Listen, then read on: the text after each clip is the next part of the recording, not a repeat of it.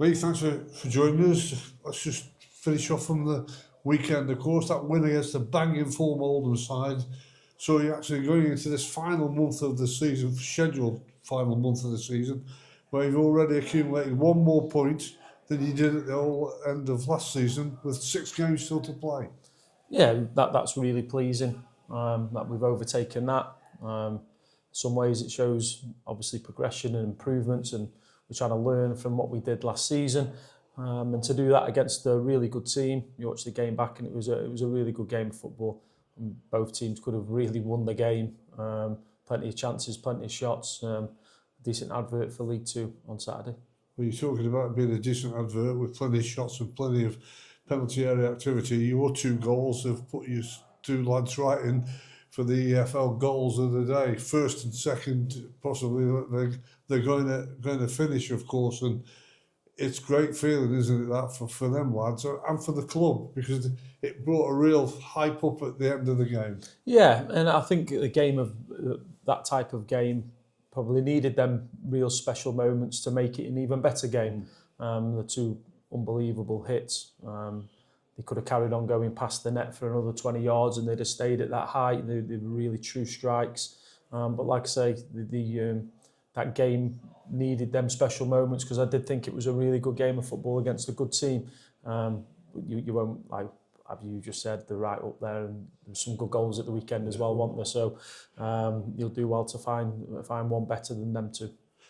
Winning any football game brings you a good feeling for the club in all departments, there's no doubt about that. But for you as the manager and the leader, it's about keeping your players' feet firmly on the ground. I suppose you have to have a little look at that and make sure they're fully focused with the work through the week.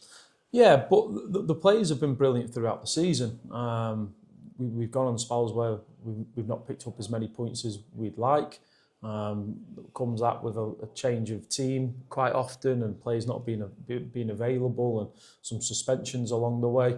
But the players have been excellent with that in terms of the determination to try and improve and get the results on the pitch that we're after. So that then becomes easier just because of the drive the players have and the want to do well for the football club.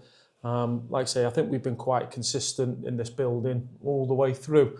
You obviously have some days where you're really disappointed, and we've had some poor results along the way. But on top of that, we've had more good results than them poorer moments, if you like. You go back to the Newport game. They went and then did that to Chesterfield as well. So it's not just a one-off.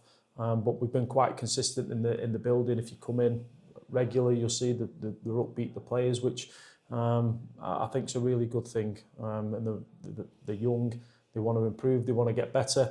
The older players are exceptional with them in terms of the standards that they set. So it's been quite a consistent environment that we've been able to work in. And to reach the Easter programme, the 2-game Easter programme over the weekend, where you are, 7th in the table, the players deserve all the credit they've got, haven't they? Because it's a tough league. Absolutely, it is a tough league. Some of the budgets that are up there, people spoke about last year, and some moving on with the bigger budgets, but it's more this year. I can assure people that. So the credit goes to the players for wanting to improve, wanting to be out there all the time. It's like I say, training's really refreshing.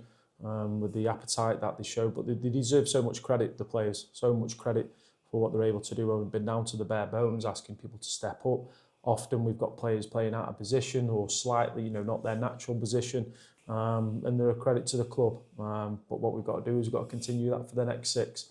That laser-like focus on training this morning, leading into an opportunity on Saturday. Just before we assess that next fixture that comes up against Accrington, can you bring us up to date with 1 or 2 injured players who are out at the moment? Colin Thomas, Owen Lunt, if we can have an update on them, Mickey Dimitrio and Shiloh Tracy, who got extra minutes than when he first started, to 45 this week with the 21s. Yeah, we'll start with Shiloh. He's looking really well. He played 30 minutes last Monday.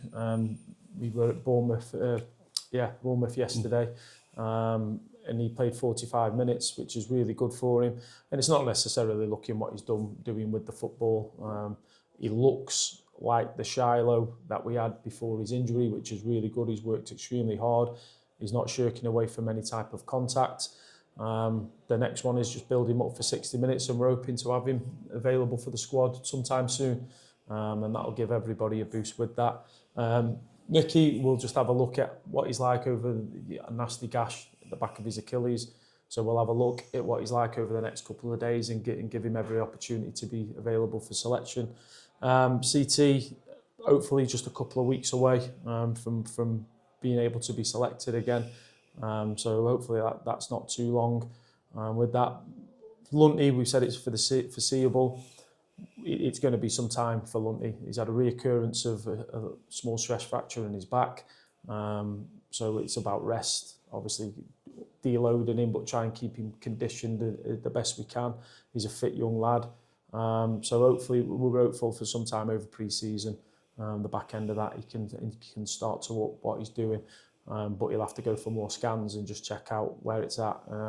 Again, I think a lot of it comes from what they do, particularly when they're younger, playing for the 18s, 21s, a lot of work, and then he's gone straight into the first team really, so he's not really had that break, and his body's told him he needs that. Your fixture programme is very interesting, and you're not on your own, because it seems that most of the teams around the top 10 are all going to be featuring against each other. But you've got Accrington first up, and that could be as tough as any of the so-called promotion chasers. Yeah, Accrington are really tough. What a brilliant season they're having again. I've said it before, really like Accrington as a club, community club. The manager has done an unbelievable job, and I mean unbelievable job at that football club, with the resources that they have. Gets them all galvanised, all pulling in the right direction, and you can see that.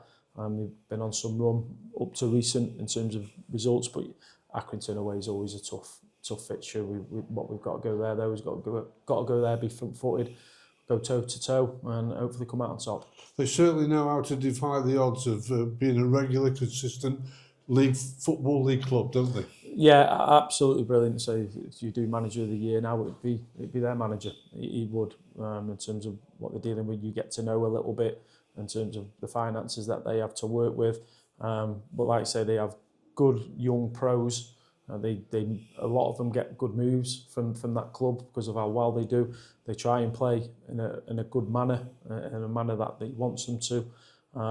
So you've just got to congratulate them in terms of, and that's not being patronising or anything, but in terms of where they are at financially, what they're able to do. And look, they've got good players. They do it year on year out. They find good young players, and they put a good team together, and they're a hard team to play against.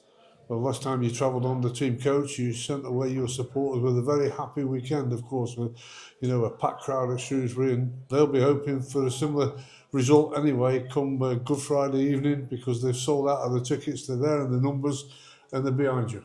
Yeah, it's unbelievable. I think it's been a few years since we've taken that type of number to Accrington.